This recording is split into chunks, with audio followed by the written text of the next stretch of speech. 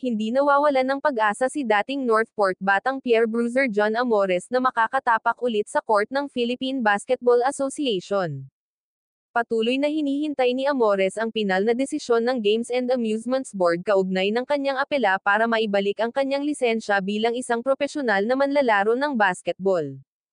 Ayon kay Amores, halos isang buwan na siyang naghihintay ng desisyon kung makakapaglaro pa ba siyang muli sa PBA o hindi na. Gustong-gusto na raw niyang makabalik sa paglalaro dahil ito lang ang kanyang naging buhay at pangunahing pinagkakakitaan, lalo na at may dalawang anak siya, kaya't importante sa kanya na makabalik sa paglalaro. Naniniwala din si Amores na pinahahalagahan pa rin siya ng Northport dahil hanggang 2026 pa ang kanyang kontrata sa koponan at umaasa umano siya na tatanggapin pa rin siya ng kanyang team kung sakaling mabawi niya ang kanyang lisensya. Matatanda ang nasangkot si Amores sa ilang kontrobersyal na insidente sa loob at labas ng court, dahilan upang i-revoke ng GAB ang kanyang propesyonal na lisensya.